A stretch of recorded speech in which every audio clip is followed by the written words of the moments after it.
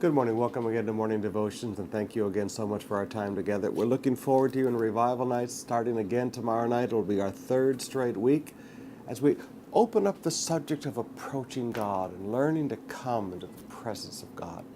But let me take you today back to John chapter 13 and talk to you about love.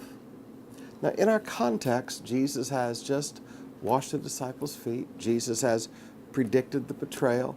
Satan has entered Judas in verse 27. So now Judas is not just demon-possessed, he's Satan-possessed. And then we get down to verse 34. A new command I give you. Love one another. As I have loved you, so you must love one another. By this all men will know that you are my disciples if you love one another. Now, yesterday I showed you that love is not shown by relationship. Love is shown by service. But what I want you to see here today is not so much talking about the proof of a disciple is shown by our service of one another, the showing of love. I want you to see how Jesus lived what he taught. He said, love one another. Now, Paul teaches us in 1 Corinthians 13 that love never fails, that love always trusts, love always hopes, love always believes. Didn't he do that with Judas? Now, I want you to think with me for a minute. Every year when I study Jesus calling Judas friend, I learn a little bit more.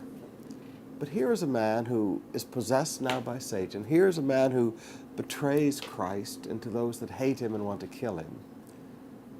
And Jesus calls him friend, even as he gives him the kiss of betrayal. Jesus never stopped loving. He kept hoping. He kept believing. He kept trusting, even knowing all he knew. Now, when people talk to me about walking in love today, I look at Jesus and I think, Jesus, I've got so far to go. I'm not even out of the starting blocks yet. I haven't even graduated preschool, let alone kindergarten yet. I mean, here is a man who's betraying Jesus. Love always trusts, love always hopes, love always believes, love never fails. Jesus looks at him and calls him friend. Love never failed for Judas. Love always hoped for Judas. Love always trusted for Judas. Love always believed in Judas, right to the very end. Love never fails. Now, if you and I can begin to understand this, no matter what's going on in our life, you need to know that God loves you, and that love will never fail no matter what you do. His love for you will always hope. His love for you will always believe. His love for you will always trust. And you and I have to learn that if we're going to walk in love, we show that love by serving. But that love also is going to be put to the test many times in life. Loving the unlovable. Loving those that you think we are excused to not love. But love never fails. It always hopes, it always trusts, it always believes.